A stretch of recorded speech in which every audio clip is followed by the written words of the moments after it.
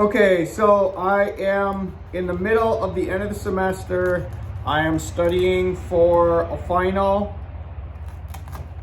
So I figured now is a good time to make a video just collecting all my thoughts on how I study for tests, what I've learned, study tips. Because everybody's gonna be taking finals right now. So if you are in the midst of starting to study, good luck to you.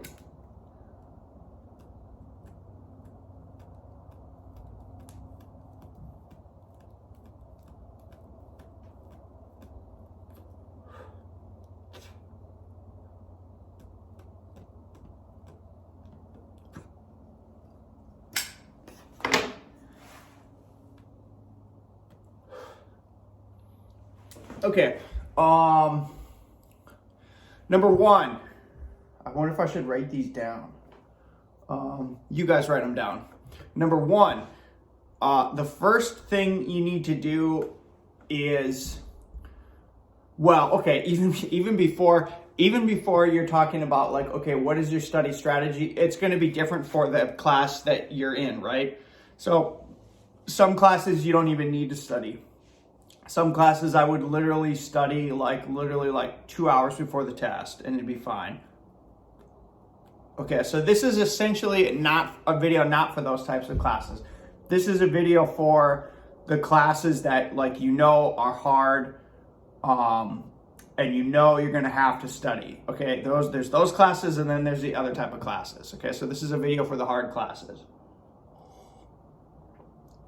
Okay, so, and then beyond that, there's different types of content, right? Like you could have multiple hard classes, but the class is different in a sense that there are classes that have projects, okay?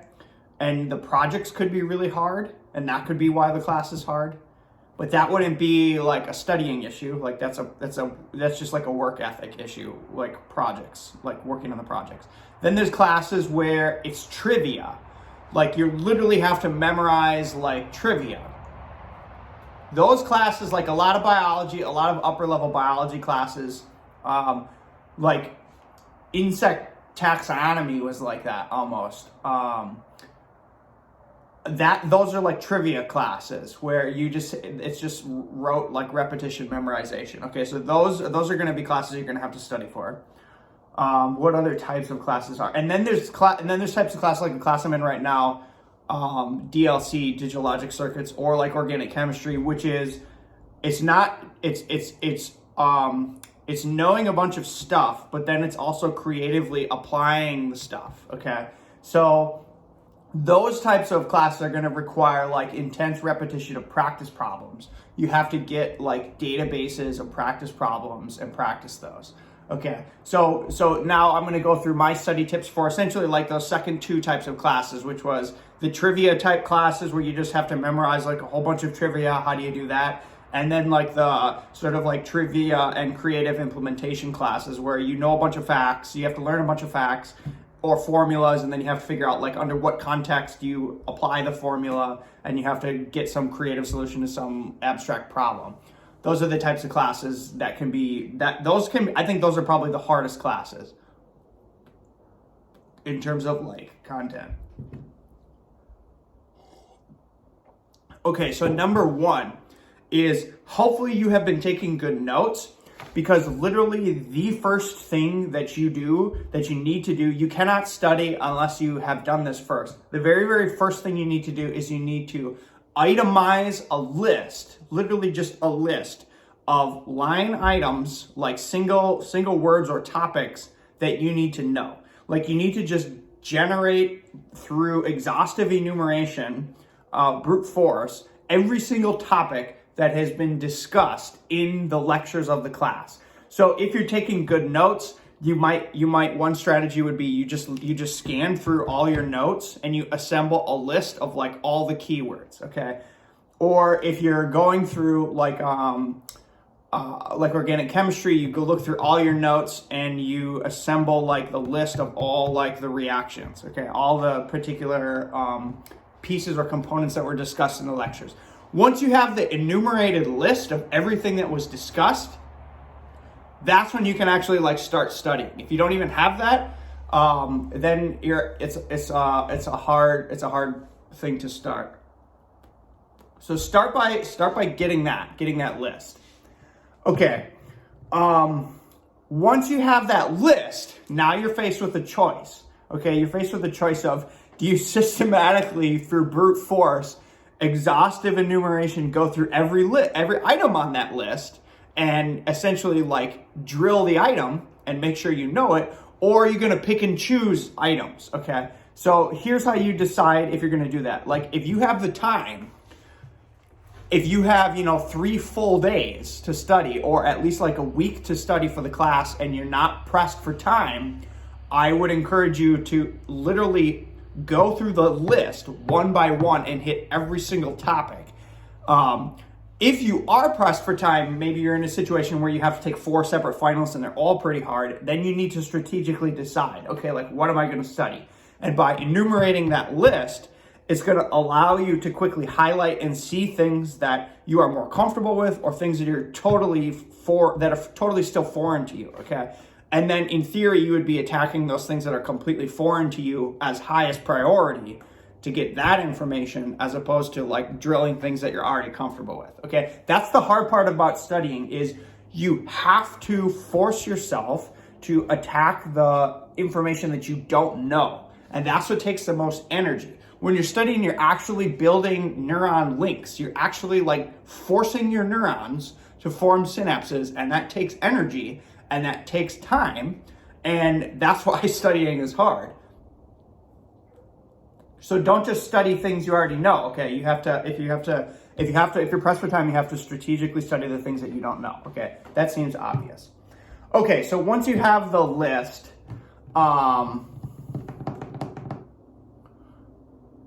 other tips. Okay, number 2. Okay, so the first one was assemble a list. Number 2 is keep track of your time. So 2, keep track of your time. So I actually have a stopwatch. And the reason for this is there's different types of studying, okay? Some people think because they perhaps dedicated a whole day to studying, they think that they studied for 24 hours, or they count that as like 24 hours. No, okay? Your brain cannot function in hard computational like analysis or studying or memorization or attacking problems for 24 hours, okay? You cannot do that. At least I can't do that, okay? My brain only has a certain amount of bandwidth per day, and you max that out and you're not gonna be able to study anymore, okay? So I keep track of essentially what is the intense amount of study time that I'm doing. And I don't count breaks, which is one reason why I have a stopwatch. I don't count breaks. I don't count time when I'm going to eat or walking around. I don't count, like if I pick up my phone between a problem, take like a 5-minute break, I shut the stopwatch off, okay? And the reason you want to keep track of the time is because then that's going to help you understand how confident you should be walking into the test, okay? And I've talked about this a little bit before. In my experience, and I've taken almost 100 university courses, okay? I was a double major in college. I did a PhD, and now I'm a 2nd degree undergraduate again in engineering. Okay, so I've taken a lot of college classes. And I've done pretty well. In my 2nd degree, I got about a B average. And in my 1st degree, I had an A. I had a 3.8, okay? And in my experience, I have never studied like intense study time. I have never hit more than about 15 hours for the hardest classes, okay? So essentially the reason you need to keep track is because you know where you're at in that timeline. And maybe it'll be different for you as opposed to me, how many hours I need. But if I'm studying and I know the class is easy, I'll study for about 4 to 6 hours intense time before a test. So you could do that literally like the morning, perhaps the morning before, although that'd be an early morning. You'd have to get up early. Probably 2 days before, you could get 4 to 6 hours. So what you would do is you'd split that up into 2 hours one day, 2 hours the next day in the morning, okay? If it's a harder class, you're going to be hitting 12 to 15 hours of study time to do well, okay? And again, another reason you want to keep track throughout the semester for each test that you are taking, how much time you're studying for that test, is because imagine you study 4 hours. You study 4 hours for the first test and you totally bomb it. This is what happened to me in digital logic circuits, okay? So I studied for 6 hours the first test and I was keeping track. And I bombed the test. I failed it, okay? So I knew going into the second test that the amount of time that I was going to have to study was either going to be double or triple 6 hours, okay? So in the second test, I knew quantitatively how much input I had to put in. So I tripled it, doubled or tripled it. I studied for about 14 hours for that second test, and my grade significantly improved. I got a B+. It was close to an A. I got a B+ on the second test. I would have gotten an A, but I had made a couple stupid mistakes. But anyway, essentially, by learning and documenting very, very carefully with my stopwatch how much time I had put in on the first test, I knew how much I needed to put in on the second test, okay? And you're not going to know that information if you haven't been keeping track. You're going to be literally like going into the situation blind.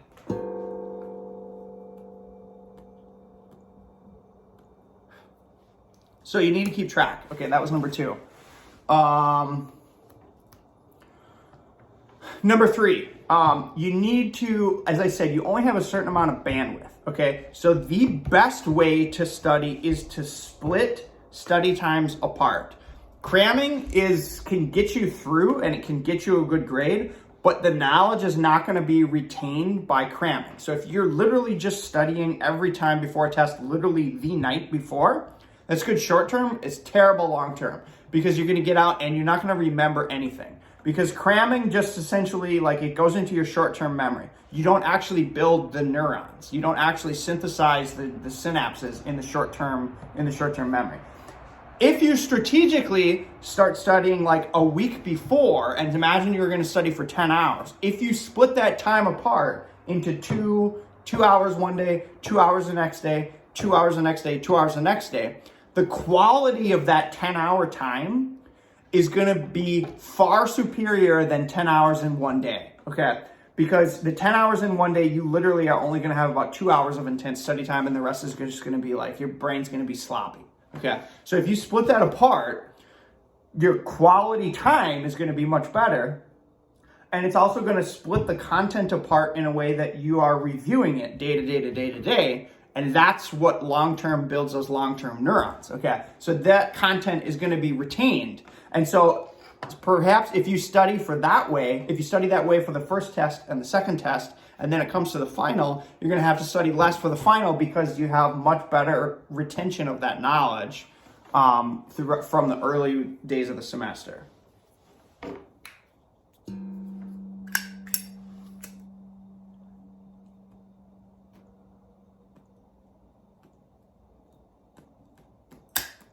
Okay, number 4. Imagine you're crammed for time. You have to cram. You have only essentially like a day. You don't have 3 days. You have like 2 days or 1 day to study before your test.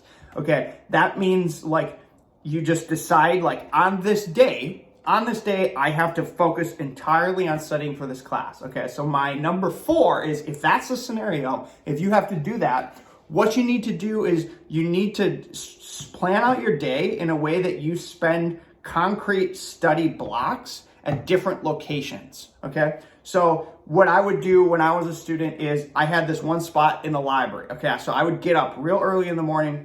I would go perhaps to like a coffee shop. I would get a cup of coffee and I would study for like an hour, 2 hours at the coffee shop, okay? And then I would take a break and I would change locations, okay? So I would walk to the library, okay? And the walk in between is gonna get you active, get your brain sort of like in a better state, get you a little bit more relaxed and get you sort of focused so that you can sort of attack another block of time. You have to strategically separate your blocks of time and change locations in your blocks of time. And you're gonna find that you have better attention spans after changing the location. I don't know why this is, but it works. So like I said, I go to the coffee shop in the morning, I'd go to the library after that for the brunch, and then I would maybe like eat a lunch. And then after lunch, then maybe you go to like a different library. Sometimes schools have different libraries, or multiple libraries. So you go to a different library, okay? Or you go to like a different coffee shop, or you go to the food place where you're gonna eat and you get a little lunch and then you stay there and you study at the food place, okay? So you need to strategically switch locations in which you're studying. And then maybe at the night you end up at your house and you finish studying in your room.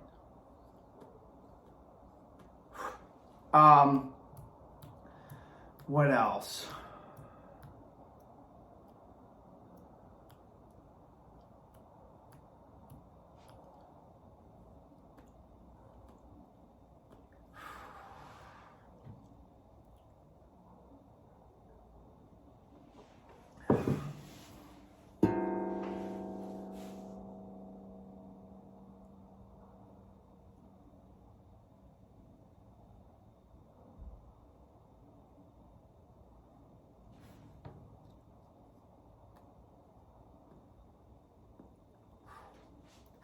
Okay, let's talk about going through the list. So you have decided you are going to work your way exhaustive enumeration through the list. And imagine this is a trivia class. What you need to do is you need to go through that list of key terms and you need to strategically think about every single term.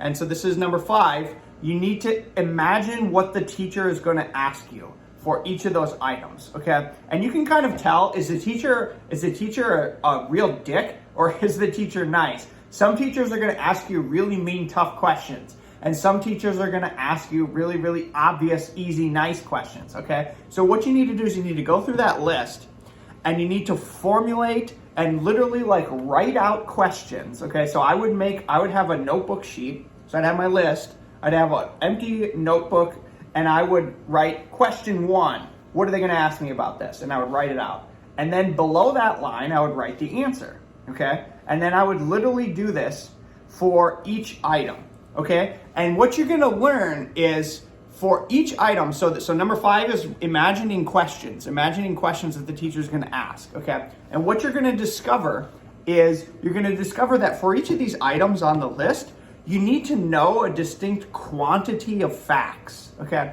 So for instance, if what would be a good example?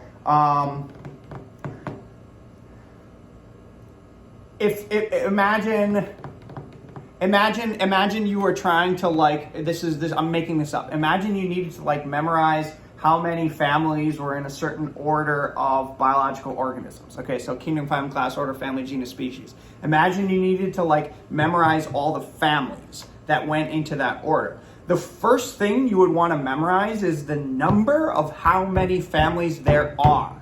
The number. Once you know that number of how many things you need to remember, then it makes it easier to list them out. Because then you know when you've forgotten something or you haven't forgotten something. So as you write those questions, number 1, blah, blah, blah, blah, blah, you need to write a parentheses, perhaps like 4 or 5. And the rationale for that parenthesis is it's telling you how many things you need to remember, okay, for each question. That was super useful for me. I would use that a lot in like human physiology. So my human physiology class was a lot of trivia. Different like organs, different names of things, different anatomy structures, different formulas, calculating like how, like what forces and things like that in veins and arteries, and action potential equations and things like that. All that stuff, that was a lot of work. And one way that I helped remember that is I would literally first memorize the number of items within that particular like keyword, if that makes sense. That will help you a lot. Don't ever underestimate that. Okay, so if 5 is write questions, 6 is memorize how many items you need to know per question that you're writing. Okay, and then as you write the questions, you write the answer below, okay? And then what you need to do is, some people think if you just study, like maybe you should just read, and then that is somehow like magically studying. That is not studying, okay? If you are just like reading things or looking at things, that is not studying. The way to study, the way to form the neurons is to block off the answer so that you can't see it, okay? You have to block the answer so you can't see it, and then you need to force yourself to think about the question and to try to answer it without being able to see the answer, okay? So then you have this, after you have your exhaustive enumeration list, you have developed your exhaustive list of questions, and with each question you've written how many things you need to know per question. Then you need to start drilling through that list of questions, okay? So you start drilling through that list of questions, and you need to know you're gonna have to go through this giant list of questions, and sometimes it was like 10 pages long, hundreds and hundreds of questions. And you know, you need to go through this, and you need to trivia-wise memorize the answer to every single one of these questions. So the way that you do it is some are going to be easier, some are going to be harder, okay? So you start going through those lists of questions, you block off the answer, use another sheet of paper, block off the answer, ask yourself the question, force yourself to write it out, the answer. Writing out the answer is going to form the neurons in your brain. Then reveal the answer to yourself. Ask yourself, did you get the question right or did you get the question wrong? If you got it right, move to the next question. If you got it wrong, circle the number of that question. You got to come back to it later and then move on to the next one. So then what's going to happen is as you work through this list progressively, you're going to start to have a bunch of circled questions and a bunch of questions that are easy. They're already in your brain. Then you strategically start iterating through the list again and again and again. But next time you only have to attack the questions that you forgot or that you missed. You circle them. So you only go through the circled questions. And if you get them wrong again, you circle them again with a different color or you put a little tick mark. And the tick mark is telling you how many times you got that particular question wrong, okay? That is going to force you to drill the things that you don't know. That is the important part about studying is you need to drill stuff that you don't know. You can't just drill stuff that you already know.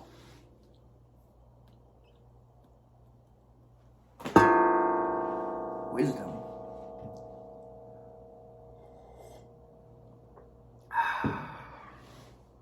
That got me an A in human physiology, that strategy.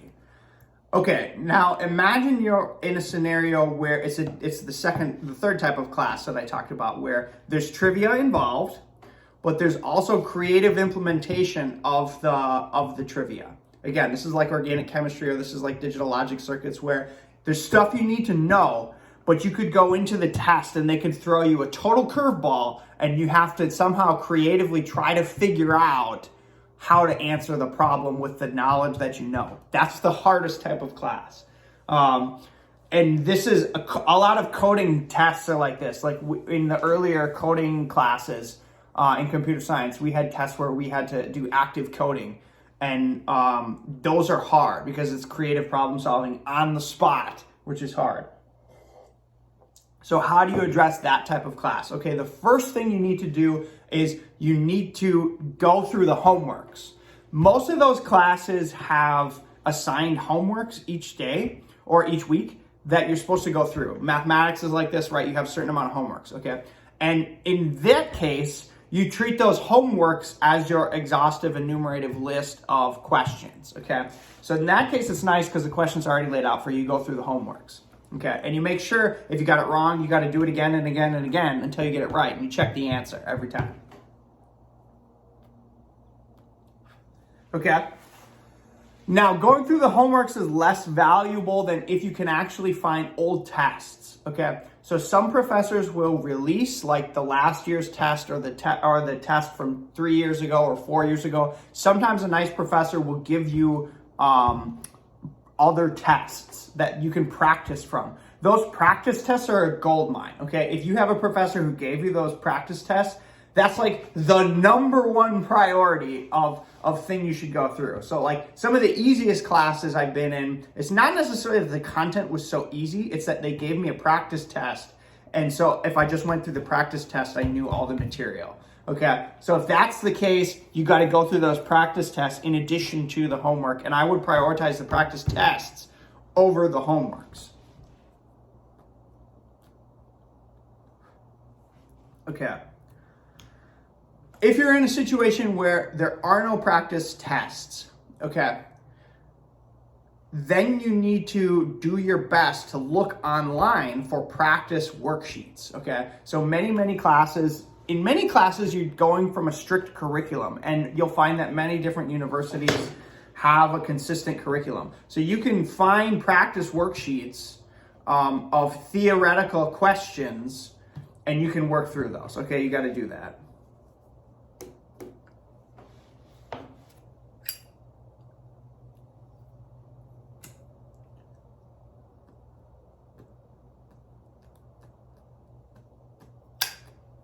Okay, so perhaps number 6 was go through the homework. Perhaps number 7 was go through the practice tests. Wisdom.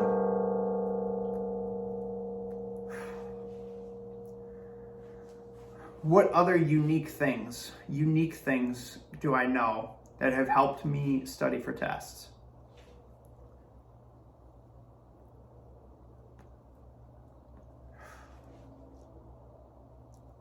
If there's ever a review session, if the professor is offering you a review session, you must always go to the review session. Oftentimes the professors will literally be telling you what's on the test at the review session. I've seen where people give review sessions and nobody shows up, and it's like, wow, you just shot yourself in the foot there. That's an excuse for the professor to make the test extra hard.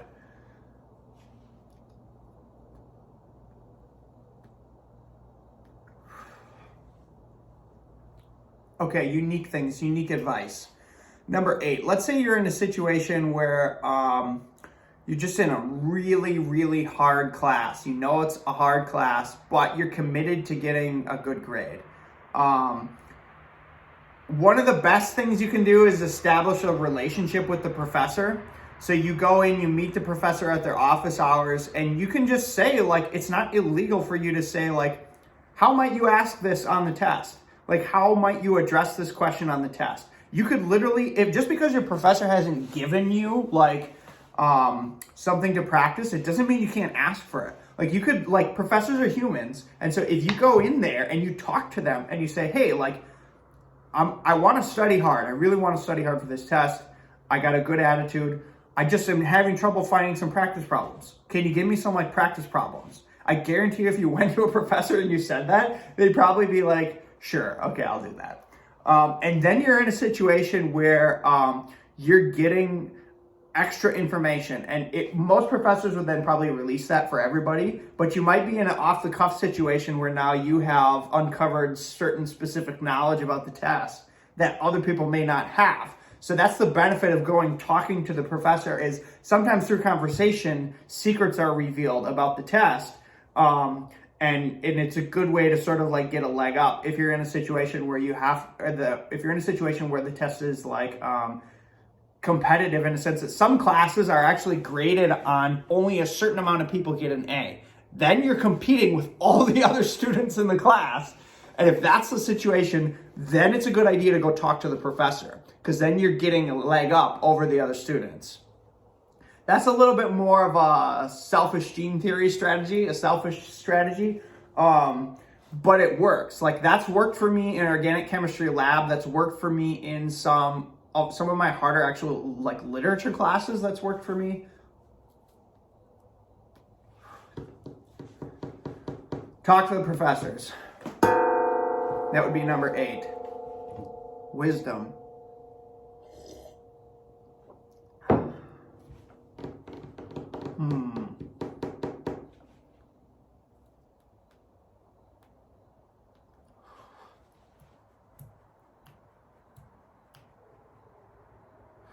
Number 9. Okay, so another thing that I do is I formulate a study plan. So before I even make my exhaustive enumerative list, I make another list. I'm obsessed with lists. I make another list, the tertiary list, that's literally a list of things I'm going to do. So the first thing is I'm going to, all these things that I've said, 1 through 8, I make that list, I make my study plan, and I attack that study plan, and I keep track of what I've accomplished, okay? And so then again, if you didn't do so well, then you know that you need to really take the study plan way more seriously. So make a study plan. That's a good way to do it. I'm trying to think of now I'm really like, what's not boilerplate? What's really unique things that I've done that's helped me? That's what I'm trying to think now. It might be a little bit more sporadic now.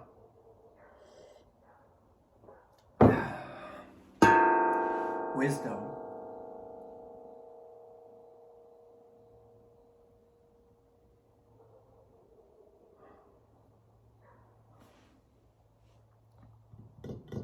Okay, number 10. I do not eat on a day of a test. I have found over my life that eating really like slows down my cognitive capability.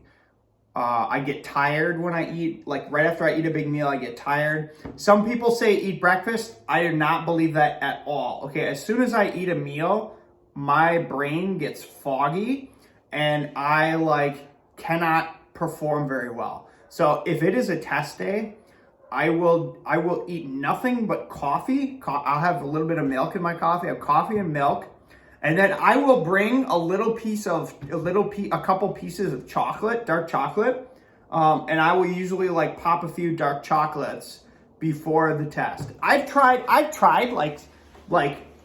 like moderate stimulants in the sense that I've tried going into tests and I have brought some like nicotine gum because nicotine gum can supposedly like stimulate like sharpness. And I do think it works for fine motor skills. Like if I play video games on nicotine gum, I do better. But I've tried it on a test where I'll pop a few nicotine gums and then I tried to take the test and I found that I was just like amped up and did not do well. So I found that the best formula in terms of like brain stimulants and in terms of like body functionality is the day of a test, get some exercise, have some coffee with perhaps some milk, but not too much sugar. Don't load up, don't eat a meal. Essentially like literally like starve yourself fast until you have the test. And then right before you take the test, pop just a few dark chocolates. And that will give you enough sugar to get through like the hour. And then you'll probably crash after the test. But that's been useful for me, for sure. I think that has helped me. Okay, so what was that? 10 is chocolate stimulants. Wisdom.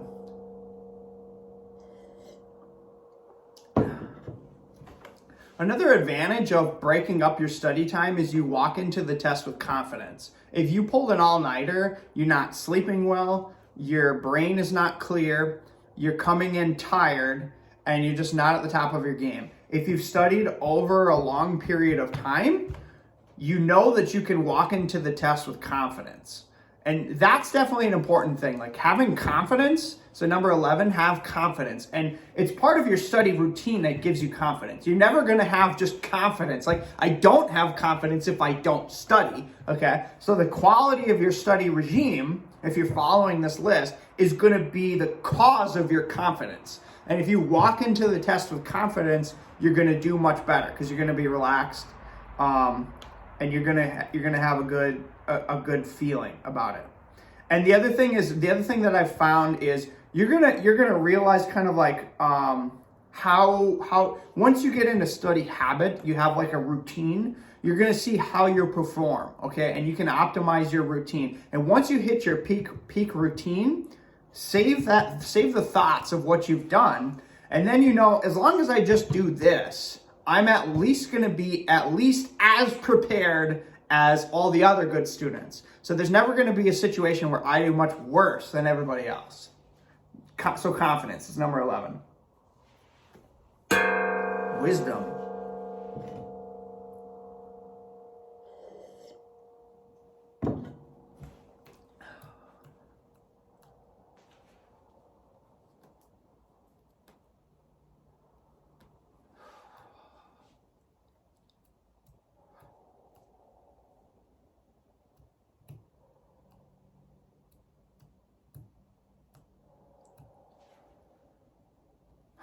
A couple things on why it's worth studying. I have found that of all the classes that I have taken, the classes that were hardest for me in terms of that I put the most time into those are the classes that I still remember today, and those are the classes that impacted my career in a sense. Like, I still use that information. So like the hardest classes you'll find, I mean that you literally work that into your brain. So like human physiology, I use that every day in my research. I wouldn't remember all the details as well, but I use the concepts every day. Biochemistry, I took the hardest biochemistry that was possible to take at my school. I went out of my way to take the harder one. And I found that one class, just that one class, gave me enough solid fundamentals that I could do a whole postdoctoral fellowship in biochemistry at one of the most prestigious biochemistry departments in the planet.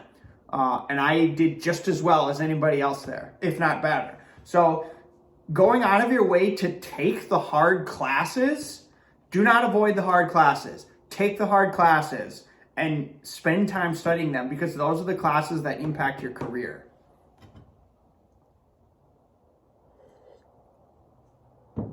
It's really the classes that push you to your limits that are the ones that you remember, that impact you. I don't remember any of the classes that I could just cram before. None of that sticks in your brain.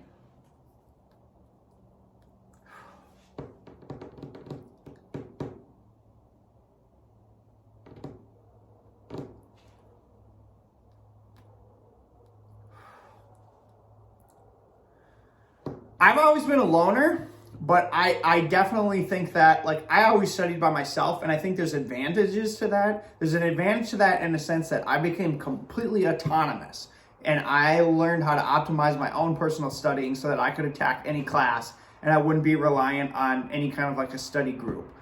But I know that some people need to study in a study group, so I don't have a position whether one's better or the other. And it can definitely like motivate you, like if you're meeting with your friends, but it can also be a distraction. Like if you're talking with your friends, are you shutting off your stopwatch? Like it can be a distraction. In my experience, I study by myself. I'm a loner. But like I said, there's advantages to studying with friends. In human physiology, I studied alone, but I had a cohort of friends with me in that class. And we would get together every once in a while and grill each other's questions. So we would study ourselves independently, and then we would have a meeting, we'd come together, and we would ask each other trivia questions. It's kind of like a fun drinking game. That's a good way to do it. That's fun. If you can make it a game, okay, so here's number 12.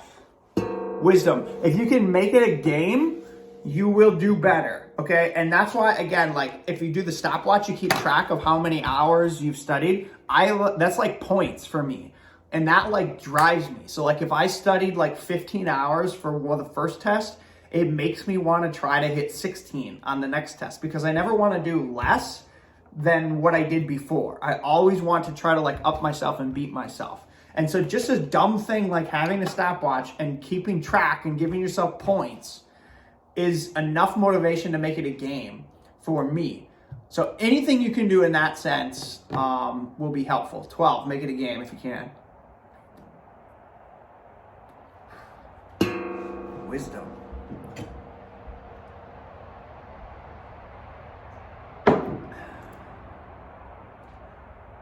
13. I never had this when I was a student, but nowadays this completely changed my life. I study completely differently now, at least in the sense that I have a new tool. Go to YouTube, okay? Search these. So once you have your exhaustive enumerated list of items, search those items on YouTube, and you'll find little 5-10 minute lectures on all these on all these concepts on YouTube. And if you're ever in a situation where you're tired of studying, but you still need to study more, you can sort of like brain fart and watch YouTube videos on these topics. And that's a good way to get like kind of active studying, but it's not as high quality as like drilling questions or drilling problem sets. But it is good in a sense that you're still taking in content, and you might catch something or hear something that's going to give you a trick to solve a tough problem. So YouTube is essential nowadays for learning. 12. Wisdom. Can I think of any more?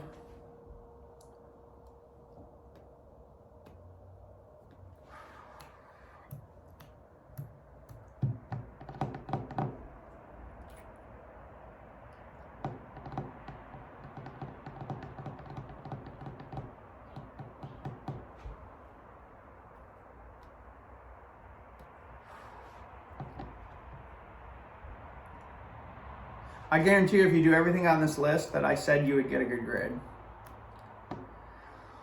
Okay, I can't think of anything else. If I think of anything else, I'll let you know. Study tips.